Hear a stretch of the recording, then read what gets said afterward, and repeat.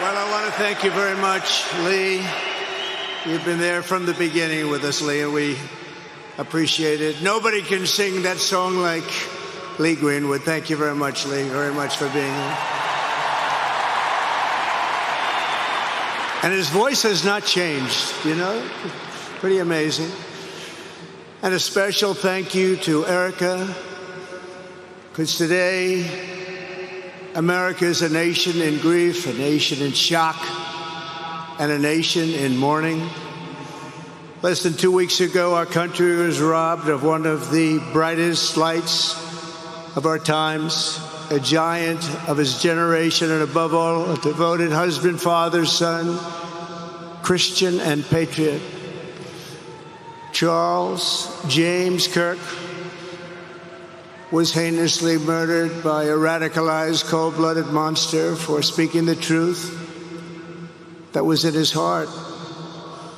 He was violently killed because he spoke for freedom and justice, for God and country, for reason and for common sense. He was assassinated because he lived bravely, he led boldly, and he argued brilliantly without apology.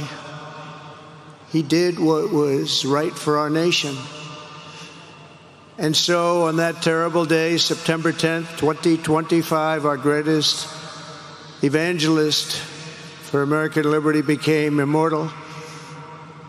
He's a martyr now for American freedom. I know I speak for everyone here today when I say that none of us will ever forget Charlie Kirk, and neither now will history.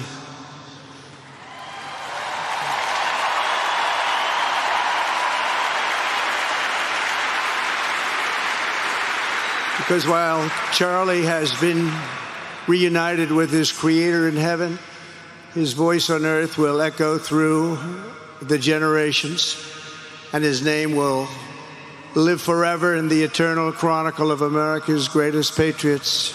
He will live forever. To Charlie's incredible and beautiful widow, Erica, we know the weight of this monumental loss is almost unbearable. But even in the midst of heartache and pain too great to even fathom, you have somehow found the strength and deep faith to be a comfort to millions and millions of people. And thank you very much, Erica. Thank you very much.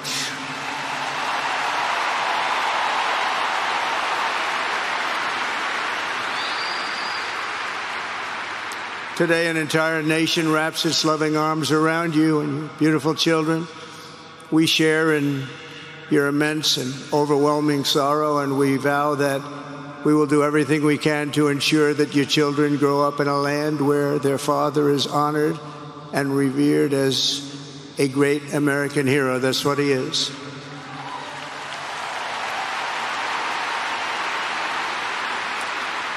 To Charlie's parents who lost their beloved son, and to the entire Kirk family, we know that no words can ever be enough to fill the void he leaves behind. That's a void that just can't be filled.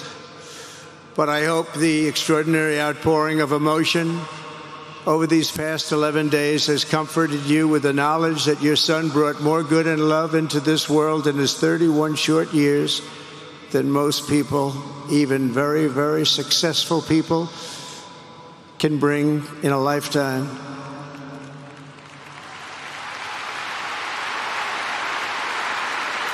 Charlie Kirk loved America with everything he had, and as we can see so clearly today, America loved Charlie Kirk.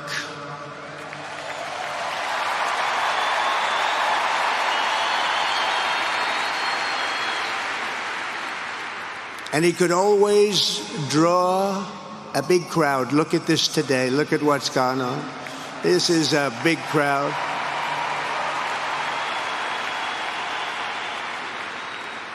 Here today we have the Vice President of the United States, J.D. Vance. We have the Speaker of the U.S. House of Representatives, Mike Johnson. We have countless members of the United States Senate, and I'm sorry I'm not going to introduce you, but I'll be up here. They're all over the place. and likewise the House of Representatives. They're all over this big stadium. This is not an arena, this is a stadium.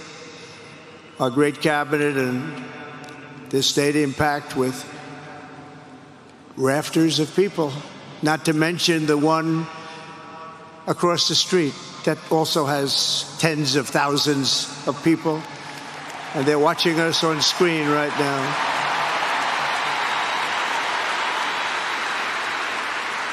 And I'm sorry we couldn't get you in. If anybody would like to give up your seat, please walk across the street. But this is like an old-time revival, isn't it? An old-time revival.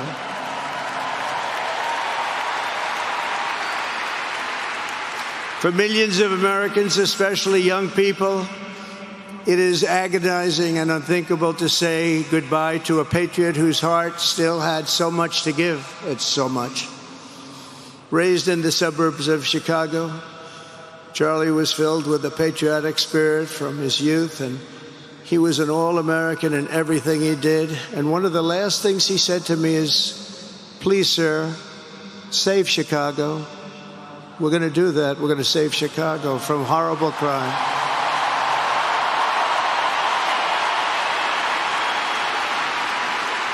In high school, he was the quarterback of the football team and the captain of the basketball team. He was a good athlete. A lot of people don't know that about Charlie. He was an Eagle Scout who spent his school lunch breaks listening to another champion for liberty, somebody that he greatly admired, Rush Limbaugh.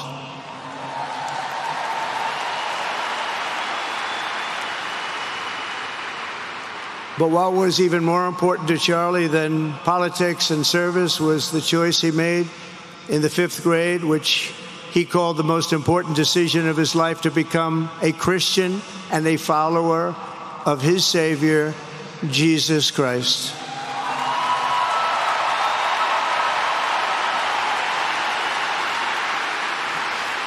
Inspired by faith and his love of freedom, Charlie did something remarkable when he was just 18 years old. On the advice of a mentor who told him to put off going to college because he was doing so well, he devoted his life to converting young people to the conservative cause. How did he do? Take a look. How did he do?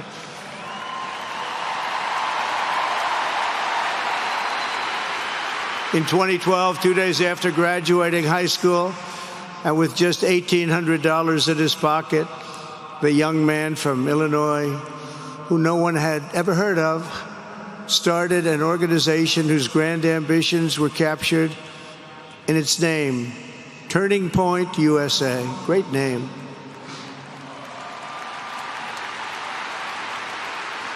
And I have a feeling it's going to be bigger and better than ever before. Does that make sense? It's going to be bigger and better than ever before. Look at what's happening. 12 years ago, Charlie walked onto his first college campus, the very liberal University of Wisconsin at Madison. He set up a card table and put up a sign with 3 words: "Big government sucks." Could you believe that? That's Charlie. That day, Charlie talked to every student who approached him, most of whom were probably quite a bit older than he was. Finally, after many hours, he found the first ever Turning Point chapter leader. His first year out of high school, Charlie traveled 300 days raising money and taking his message to campuses all over the country. He lived out of his parents' basement, and they actually loved having him there. They loved Charlie. Everybody loved Charlie. And on the couches of friends and supporters, he lived off couches for 2 years, 3 years, then life started getting a little bit different, but he was always the same. For 5 years, he refused to take a paycheck, but day after day, he worked from 5 a.m. in the morning till 11 p.m. in the evening, always. His staff remembers that he wore Walmart jeans and T-shirts from the Goodwill store. Remember the Goodwill store? It wasn't easy, but Charlie wasn't in it for money at all, never has been. Money was never his thing. He was always in it for the mission. As he liked to say, even back then, we have a country to save. Just what he did. He'd call me all the time, sir, we have a country to save. I said, Charlie, thanks very much for telling me that. I appreciate it. Charlie volunteered for my 2016 campaign and traveled the nation with my son, Don, and Eric. I got to know him very well and saw immediately that Charlie was actually a master builder of people. It was Charlie who first started organizing young black conservatives hungry for support and leadership. It was Charlie who stood up for persecuted Christians and Jews on college campuses. It was Charlie who helped bring online censorship, free speech, and cancel culture to the fore of our political debate. He was right up there with me. It was Charlie who helped unite MAGA, and you know what M-A-H-A is? That's right, Make America Healthy Again. And tomorrow we're going to have one of the biggest announcements, really medically, I think, in the history of our country. We're going to be doing it with Bobby and Oz and all of the professionals. I think you're going to find it to be amazing. I think we found an answer to autism. How about that? Autism. Tomorrow, we're going to be talking in the Oval Office in the White House about autism, how it happens, so we won't let it happen anymore, and how to get at least somewhat better when you have it, so that parents can help their child, their beautiful child. That's a big one. I've been bugging everybody over there, get the answer to that. You know, 20 years ago, 1 in 10,000 were born with autism. 20 years ago. The most recent survey says 1 in 12. How bad is that? That's for young boys, baby boys, but also girls, a little bit better. It's about 1 in 20. But we can't, because obviously there was something really wrong, and we think we know what that is. It's going to be, I think it's going to be one of the most important news conferences I'll ever have, and I look so forward to it.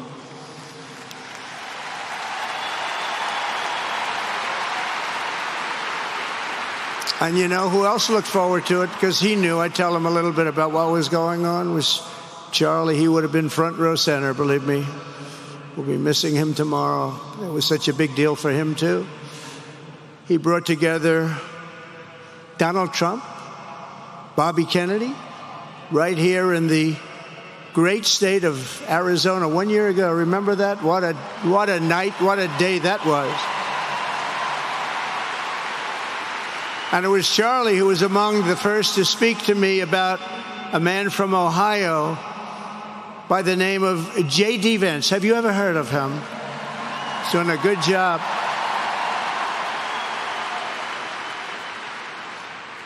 But Charlie would often call me, sometimes the night before a big event, the other side of the country.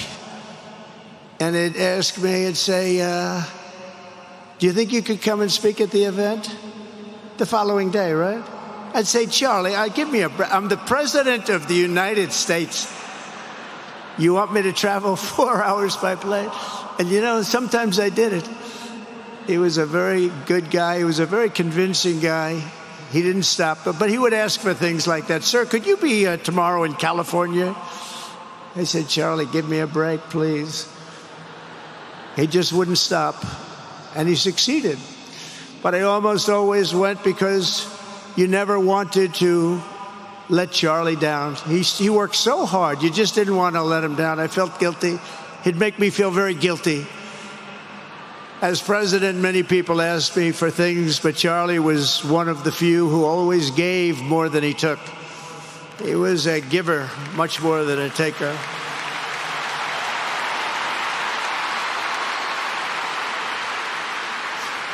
And no matter how big Charlie became, no one was too small for him to notice. He was good to everybody. Didn't matter. Several years ago, a fourth grader asked Charlie to appear on his podcast, which was probably only watched by the parents of that fourth grader. And Charlie, who was actually pretty hot at the time, to be honest, he agreed, and the boy asked for advice. Charlie replied, the left, I call it the radical left. I call it sometimes the radical left lunatics. But Charlie didn't say that. He called it the left. He was probably right, but I can't help it. I can't help it. So he said the left, radical left lunatics, may have all the money in the world, but they can never outwork me. I will wake up as early as I need to about himself. I will stay up as late as I need to, and I will never stop fighting for our country.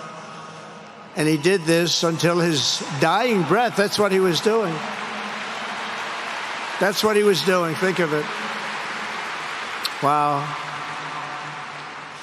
What a horrible moment. I was in the Oval Office when I heard they came in, and it was like a surreal experience, a terrible, terrible. I had some very big people in the Oval Office, and I was in the midst of a very important conversation for our country, big people, the biggest. And I said, you have to leave now. When they told me that, they told me in front of a group of very powerful people, I said, you have to leave now, right now, please. Right now, you have to leave, go. By his own determination and skill, Charlie Kirk built Turning Point from his humble beginnings, the beginnings that nobody believed could ever end up something like this, into a great movement and a juggernaut of American politics. And, you know, we have a massive stadium loaded up with people, but he got tremendous crowds before he had this kind of horrible news and before we had to hear what happened so terribly. He delivered more than 250 speeches a year at over 200 colleges and universities. And that was at a time when it was not really vogue to go to colleges and universities if you were a conservative. It really took great courage. And we used to talk, and I said, you know, I think they're much more conservative than we know. And he agreed, but it just wasn't something that was happening because the radical left would do very bad things, very dangerous things. But Charlie set up chapters on 2,200 campuses and spoke at more than 1,000 churches. He launched a podcast and radio show that grew to an audience of 1 million Americans a day, one of the bigger shows on radio. And Charlie didn't just bring young people into the movement. All of a sudden, it started to grow by leaps and bounds. By 2024, we won more young people than any Republican candidate in the history of our country, including, for the first time, a majority of males under 30. Can you believe it? Remember when Republican presidential candidates would get 4%? No, we did unbelievably with young people.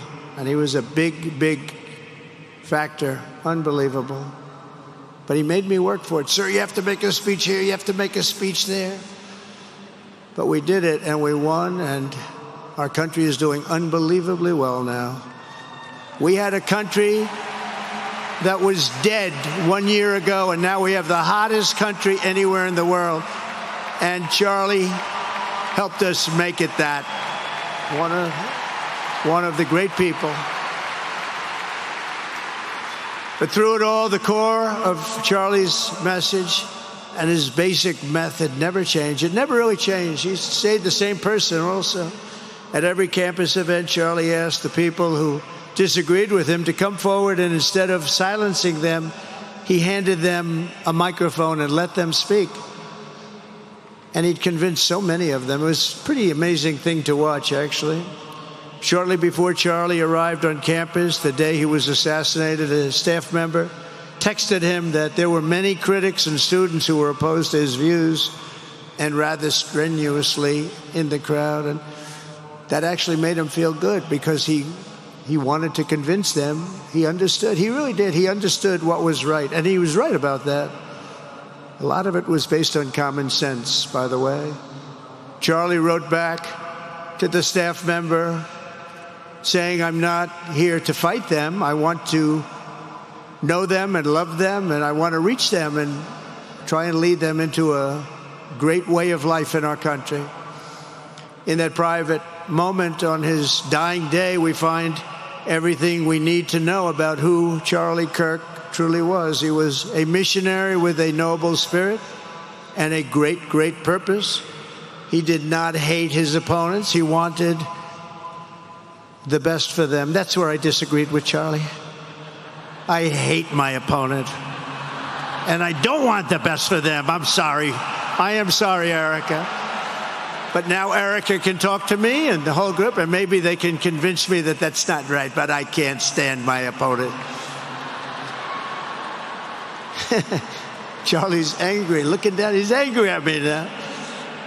He wasn't interested in demonizing anyone. He was interested in persuading everyone to the ideas and principles he believed were good, right, and true. Before each appearance, he prayed these words: "God, use me for your will." Always said the same thing: use me for your will.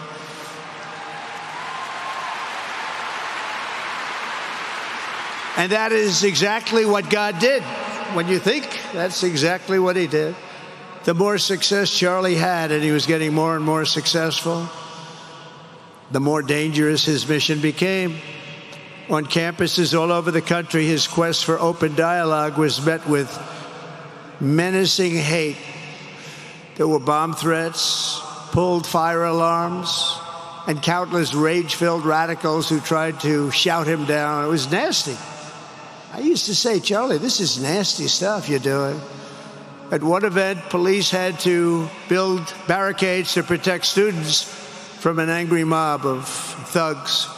Many of these people, by the way, are paid a lot of money to do this. They're agitators. They're paid agitators. Remember that? When you see they all have the same beautifully printed sign, every sign is identical, comes out of a top-level print shop. That's not the signs that are made in somebody's basement.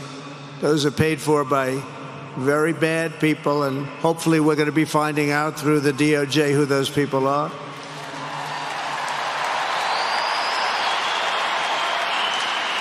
At another college, Antifa terrorists shattered windows, threw rocks, and tried to storm the building where Charlie was speaking.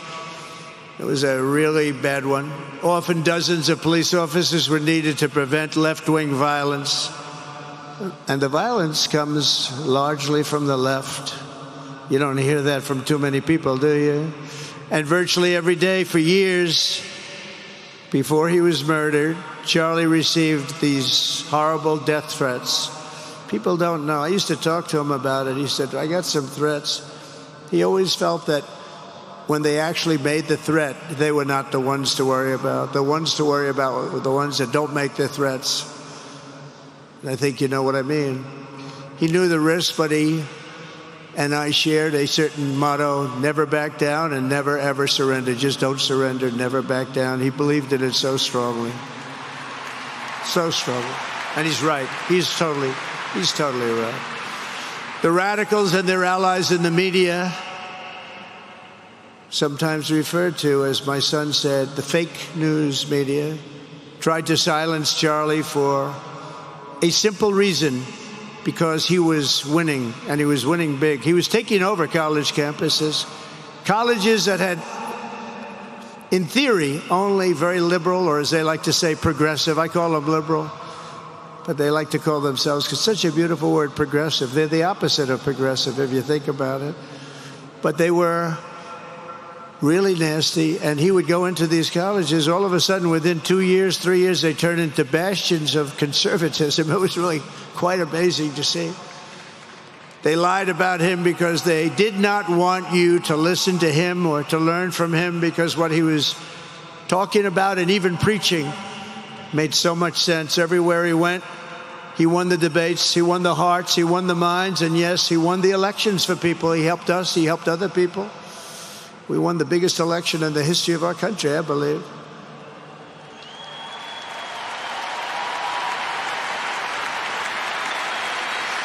Charlie Kirk was without a doubt among the most influential figures in the most important election in the history of our country.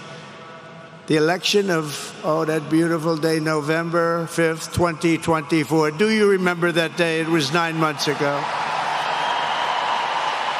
What a day that was. I mean, we had a pretty good day in the first one. And I must tell you, on the second one, we had a phenomenal day. But a lot of bad things happened, and now that's not even questioned. They cheated like dogs, but we got them back, didn't we, huh? We got them back. But we owe Charlie a profound and eternal debt of gratitude now, just like Charlie and Erica made Turning Point hot. We are looking at a country that has the chance to attain a level like never before. Tariffs are making us rich again, richer than anybody ever thought was possible. And the only one challenging them are people that hate our country or foreign countries that are paying a price, because they did the same thing to us for years. They took advantage of us, but we're making money. We're becoming richer and richer. And we're taking care of our people better and better when we do that. And we can take care of other countries better and better. But we're doing unbelievably well. The tariffs have really been a hold. The election was big, but the tariffs, because of the election, came in. And remember, other nations do that to us. And Charlie understood that. He saw the money. He saw what was coming into our country, and we can use that for Medicare, Medicaid, Social Security, all of these things that we fight so hard for. And that's exactly what's happening. The numbers are incredible. When the news finally came out on election night last November that the race was officially won, came out pretty early in the night. Charlie was live on camera. In that moment, he was overcome with emotion. I've never seen him like this. He was so happy. For a long while, he said nothing. His eyes were filled with tears, and then he buried his face in his hands and he started crying. That wasn't the Charlie I knew, but in thinking about it, it actually was the Charlie I knew, because he had a tremendous heart. He just wanted what was good for our country, and he saw us going in such a horrible direction. Lovingly, Eric, and this was so beautiful, Erica put a MAGA hat on to cover his bowed head. I like that very much. MAGA, we love. Does everybody love MAGA? Make America Great Again.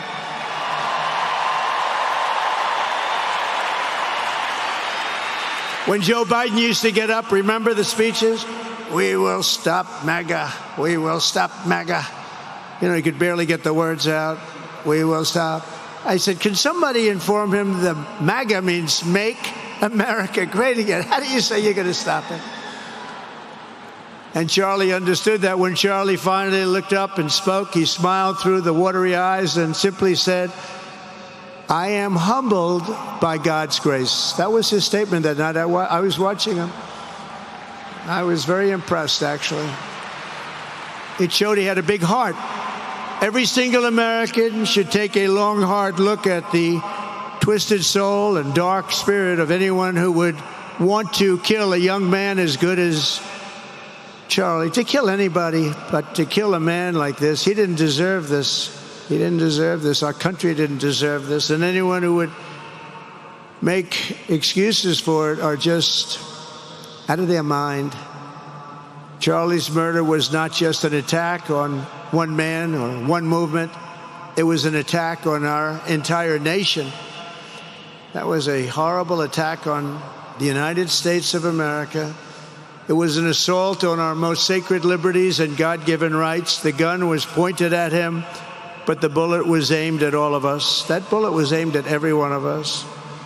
Indeed, Charlie was killed for expressing the very ideas that virtually everyone in this arena and most other places throughout our country deeply believed in. But the assassin failed in his quest because Charlie's message has not been silenced. It now is bigger and better and stronger than ever before, and it's not even close. And it's rare that such a thing happens, but Charlie is bigger today than he was, think about it, just 2 weeks ago. He's bigger today than he was 2 weeks ago. Now, that may not help his friends and loved ones, of which there are so many. It may not help Erica and those beautiful children who have to suffer so horribly through this moment, but they know it's true. He's bigger now than ever before, and he's eternal. He's eternal. And I just want to say we love him. And he's looking down at us right now, and he's saying, wow, that's a great crowd. He's saying, that's a great crowd.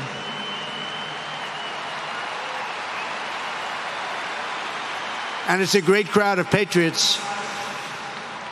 But that's why I will soon award Charlie the nation's highest civilian honor, the Presidential Medal of Freedom. It's the highest civilian honor.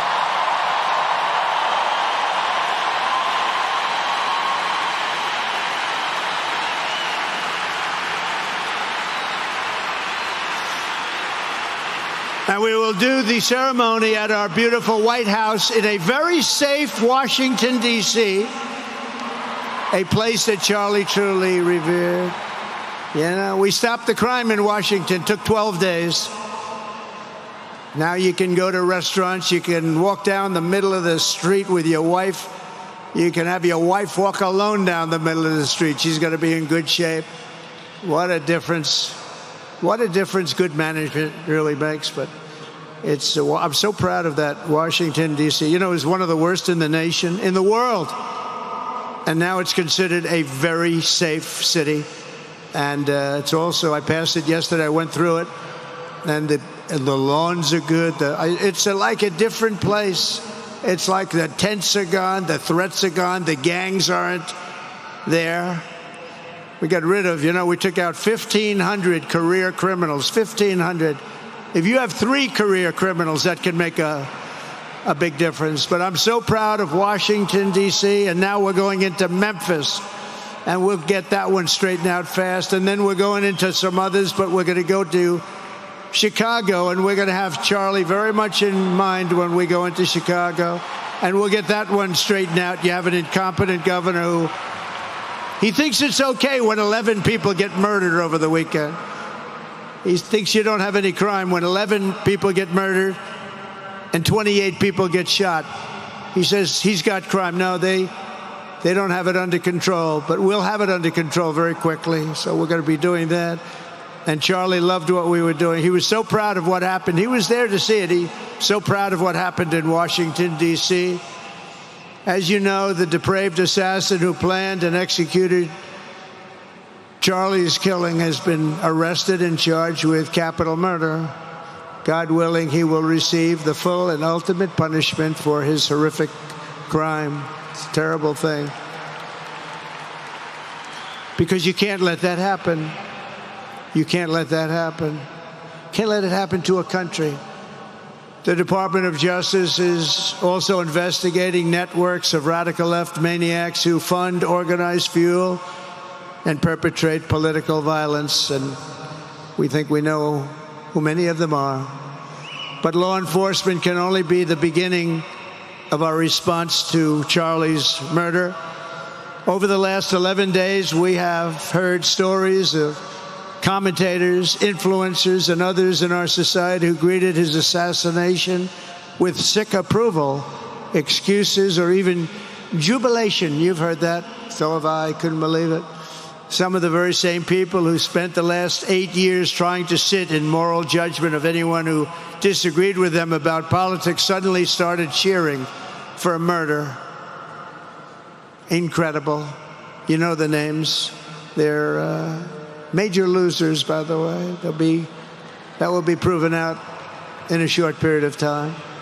Some of the very people who call you a hater for using the wrong pronoun were filled with glee at the killing of a father with 2 beautiful young children.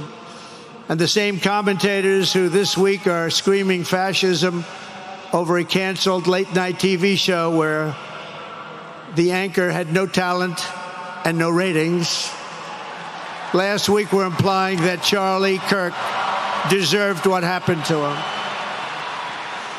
No side in American politics has a monopoly on disturbed or misguided people. But there's one part of our political community which believes they have a monopoly on truth, goodness, and virtue, and concludes they have also a monopoly on power, thought, and speech. Well, that's not happening anymore. We've turned that corner very quickly. Tragically, atrocities of this kind, and kind that we saw in Utah, of all places, are the eventual consequence of that kind of thinking. If speech is violence, then some are bound to conclude that violence is justified to stop speech.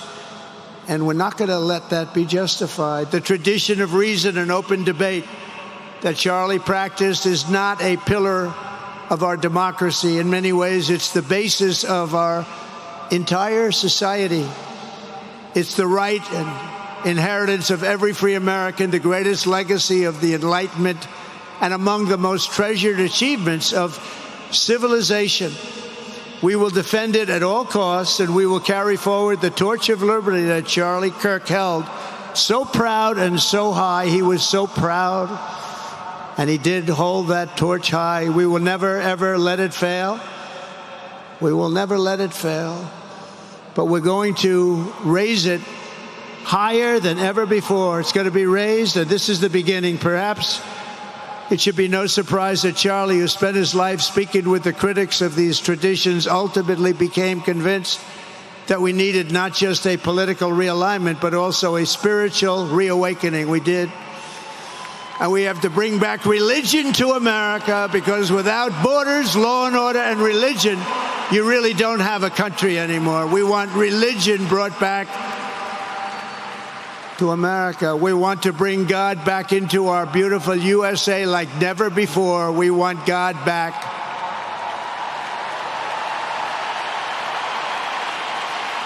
Charlie would have been so pleased to hear his friends and colleagues today giving testimony and giving glory to God. Within minutes of the gunshot in Utah, millions of Americans, young and old, heard the news and dropped to their knees and started praying. Even many who rarely prayed asked God for a miracle. Please, God, save Charlie. But although Charlie's time with us on earth has ended, those prayers for a miracle have already been answered. Look at what's happening. Look at what's happening. In the days since Charlie's death, we have seen how his legacy has touched so many millions around the world. In Calgary, Canada, thousands gathered at City Hall to sing the American national anthem and raise up posters with the name Charlie Kirk. In Seoul, South Korea, crowds gathered to wave American flags and shout, "We are for Charlie Kirk." His memory has been honored in the streets of Berlin, Warsaw, Vienna, Sydney, Madrid, London, Tel Aviv, and all over the world. So beautiful to watch. A man as far away as rural Australia texted a pastor, "I'm going to come to church tomorrow for the first time ever." The pastor asked, "Why is that?" The man replied, "Because of Charlie Kirk." Can you imagine?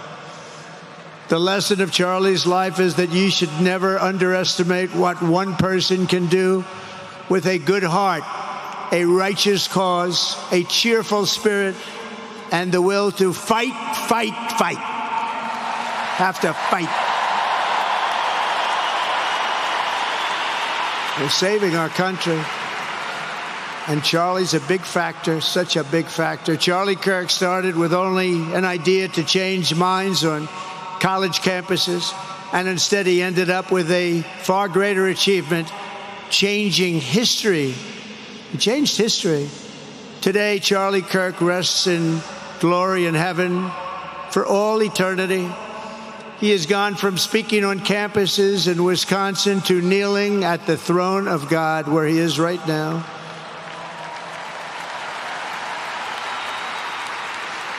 We grieve for the friend and leader that we have lost, but we go forward strengthened by his faith and bolstered by his courage and inspired by his example to defend the country he lived for the freedoms he died for, and the values in which he so deeply believed. He believed in values that we should all believe in.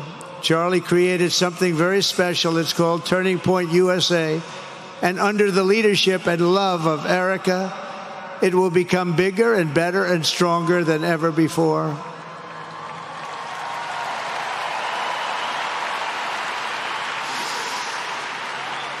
So, Charlie, we all want to thank you. We want to say a very loud God bless you, Charlie. God bless you for what you've done is incredible. And God bless Erica and the children. God bless the United States of America. President Donald Trump praised Turning Point USA founder Charlie Kirk's legacy Sunday, calling him a martyr for American freedom. I know I speak for everyone here today when I say that none of us will ever forget Charlie Kirk, and neither will history, Trump said to the tens of thousands of supporters gathered to celebrate the life of Charlie Kirk at State Farm Stadium in Glendale, Arizona. Trump spoke of Kirk's passion for mobilizing young conservatives, his unwavering devotion to the country, and the movement he leaves behind. The president described Kirk as a missionary with a noble spirit, saying the 31-year-old conservative activist played a decisive role in helping him win the 2024 election. He didn't deserve this, and our country didn't deserve this, Trump said, adding that Kirk's assassination was an attack on American democracy. Trump has survived 2 assassination attempts. The president also said he would honor Kirk at the White House by presenting his family with the Presidential Medal of Freedom, the nation's highest civilian honor. Trump's speech, which also highlighted his administration's core priorities, followed those of Kirk's widow, Erica, and several high-ranking members of his administration. Vice President J.D. Vance, Secretary of State Marco Rubio, Secretary of War Pete Hegseth, Secretary of Health and Human Services Robert F. Kennedy Jr., and Director of National Intelligence Tulsi Gabbard were among some of Trump's cabinet that spoke at the memorial service. At the end of his speech, Trump shared the stage with Erica Kirk and hugged her as God Bless America played across the stadium, marking the conclusion of the memorial service. Kirk was assassinated September 10th during an outdoor event at Utah Valley University. The gathering was the first stop on TPUSA's planned American comeback tour.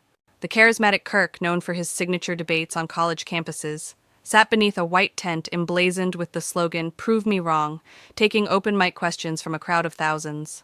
Moments later, a single shot ended his life. In the wake of his death, many Americans have been learning for the first time of the unlikely rise of the young activist who vaulted from obscurity in suburban Illinois to become a defining voice for a generation of conservatives and one of the movement's most formidable power brokers. At 18, Kirk dropped out of community college to co-found TPUSA. By his mid-20s, he became the youngest speaker at the Republican National Convention in 2016 and a household name in conservative circles.